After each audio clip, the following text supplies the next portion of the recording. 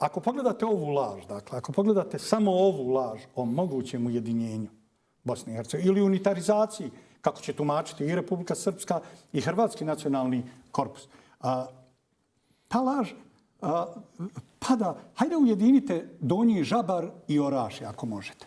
Hajde ujedinite 3 doboja, doboj istok, doboj jug i doboj. Hajde krenite pa ujedinite dijelove Maglaja koji su Novog Šehera koji su pripojeni Žepču ili ujedinite Usoru, vratite dakle Tešnju. Ili ujedinite javna preduzeća.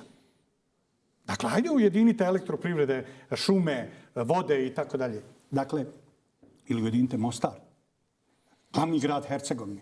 Hajmo glavni grad Bosne ujediniti, Sarajevo.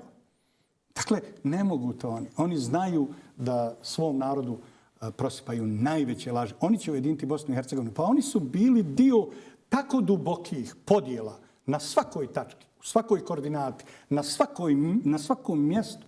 Ovi narodi su podijeljeni upravo zahvaljujući politikama i SDP-a i SDA. Tu odgovornost SDP-a koji je bio opozicija, ali koji je iz opozicije gurao taj SDA-ov radikalizam. Pa danas ćete čuti te SDP-ice koji glasno viču s druge strane ulice Selam Alik, pozdravljaju vas vjerskim pozdravom, a u duši niti prihvataju islam, niti znaju islamske dužnosti, niti prihvataju islamsko vjerovanje, niti su muslimani.